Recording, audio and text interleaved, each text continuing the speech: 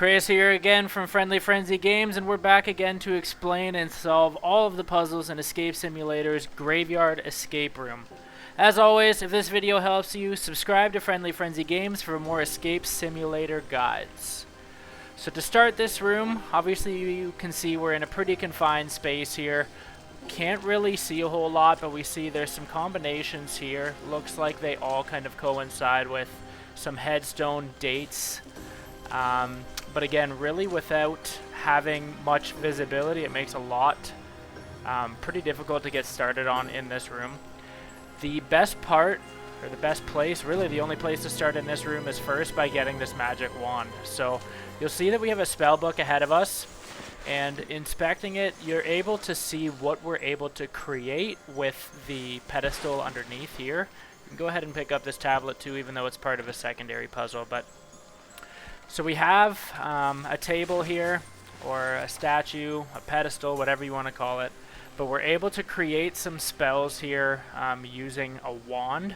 But we first need to get our wand to be able to use this table. So where we get the wand is there's almost like kind of a hollow person sculpture back here. And this is a different little kind of twisty puzzle. So what you're going to do is as you spin these, you're going to see that it starts to kind of protrude out the top here. If you spin it too far, it starts to go down, so you got to kind of find the sweet spot and figure out how much each piece is going to be able to get you in terms of progressing to get the wand out of its holder here. So you can see with 2 parts down, we're basically at about 3/4. Spin the last piece to have the wand come out completely, and it'll unsheath here. So we're able to take the wand over to the pedestal now, and then it's easiest to figure out if we just pin our spell book. So we can go ahead, open it up, and just pin it to the top. And you can see here that we have, maybe I'll unpin it just for right now. You can see here really quickly that we have a recipe to create fog, but the one conveniently that we're missing is the one to clear the fog. What you're looking for here is something that's very similar to the rain and stop rain.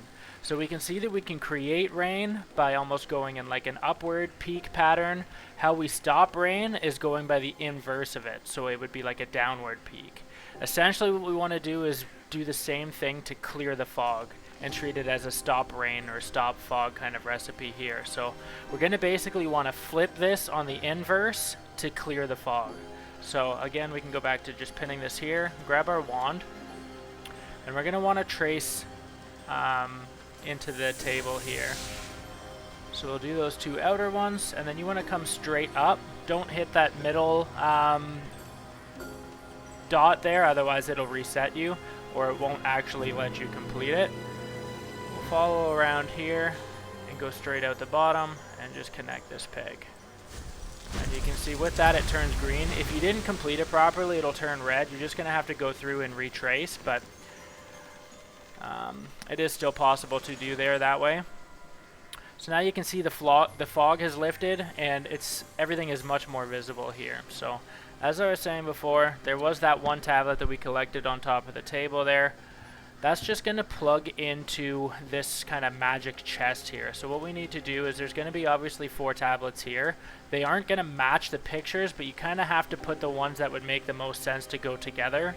So you can see we have a potion tablet here. There's a cauldron on the end. That makes sense to me to put there, so we can plug that in.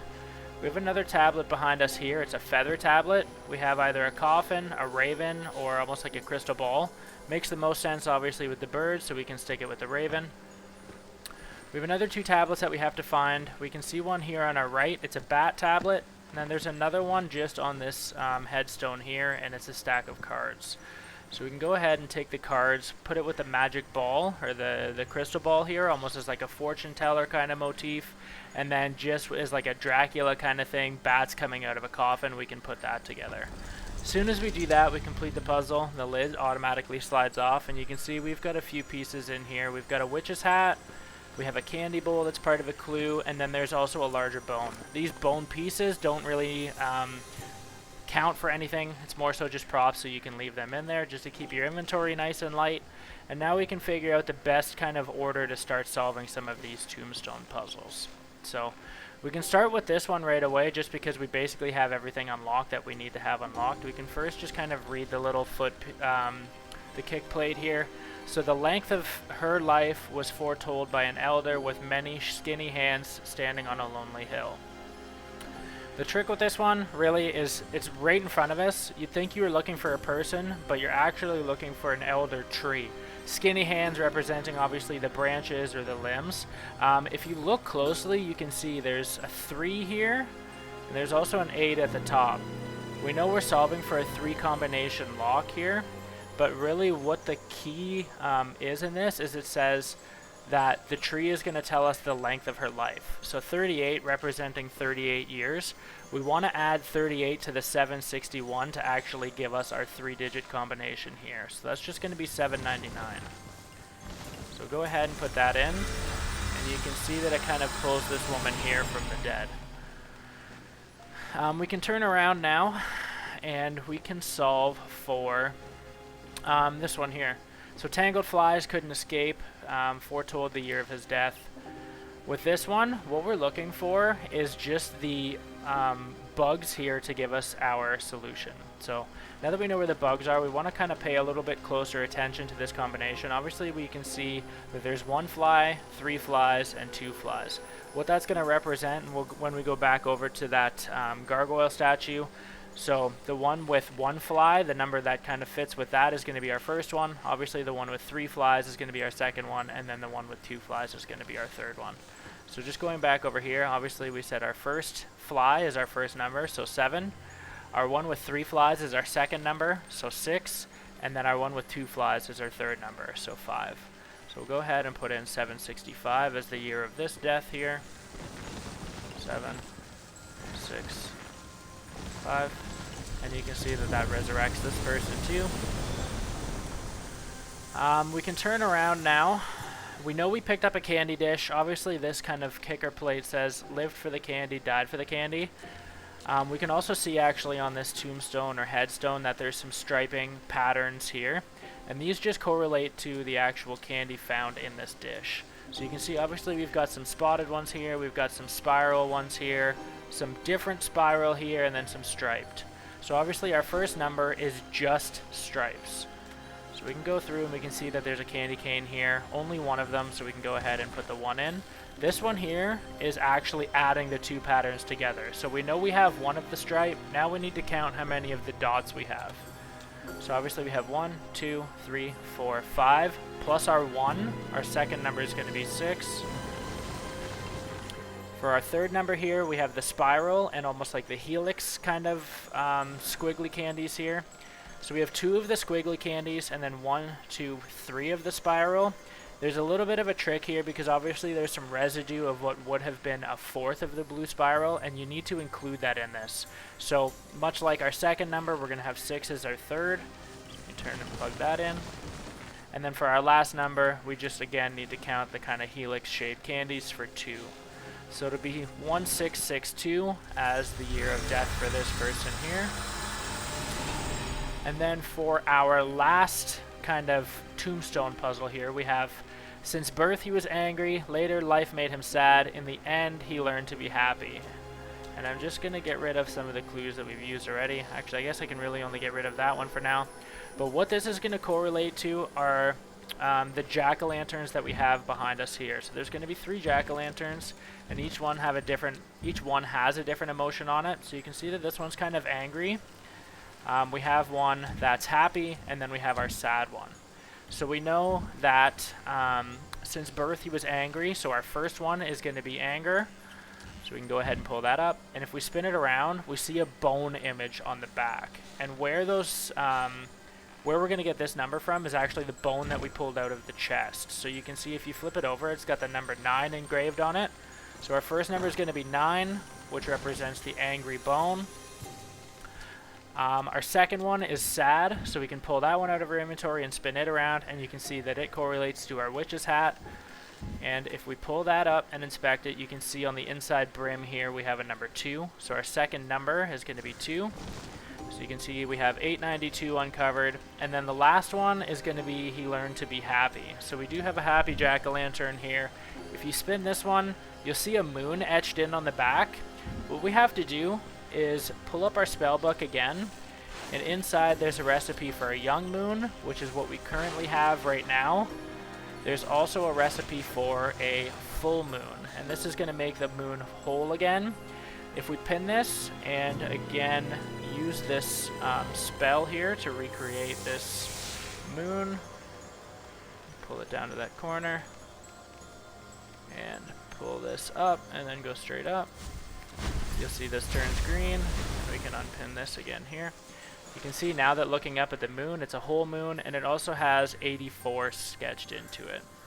So we can go ahead and plug 84 into this bottom, and it is going to resurrect the last person here, and also at the same time raise this gargoyle puzzle here. So now that we've used all of our existing clues, we can just kind of toss everything into the corner for now. We're not going to need anything.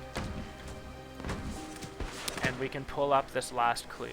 So if we give this a quick inspection, we can see that it's giving us the combination order.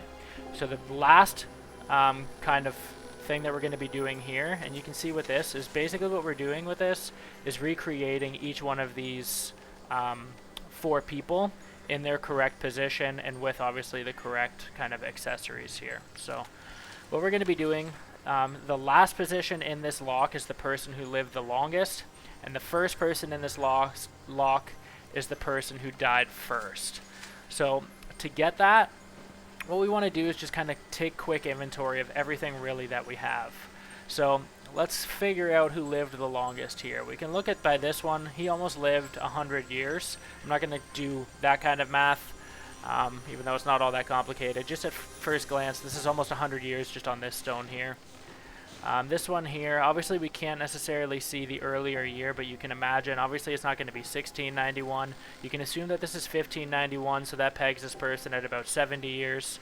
This one here too, obviously it's not going to be anything higher than 765, and you would assume this is about 682, which is about 80 years.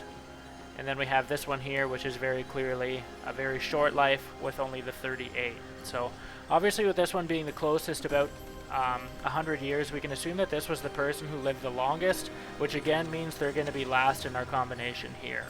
So let's go ahead and recreate this person. We can cycle through our hats first. Obviously he's not wearing a hat. I missed the X there, but you want to just make sure that you stop on the X to make sure he doesn't have a hat. You got to find out his haircut now. And there are a few that look similar, so you just have to make sure that you're getting the right one. He's got almost like a pompadour cut here, and then at the same time he has a bow tie. So we have our last guy in the correct position here. We can go back to the other clue that we know. The one that left first would be the one that died first. So obviously we're looking for the earliest kind of death year. So we have 799 here. We have 765 here, so obviously he's earlier than 799. 1662, which obviously isn't even close, and we've used this one already, but it was 984 anyways. So obviously with this person, death year of 765, we know we're looking to recreate him in our first spot. So he's got a top hat, he has kind of some floofy hair here and a necktie, so we can go ahead and recreate that. Again, you got to make sure you get the right hat. Here's our top hat. This is the correct hair, obviously, and then we have to make sure we have a a necktie versus a bow tie.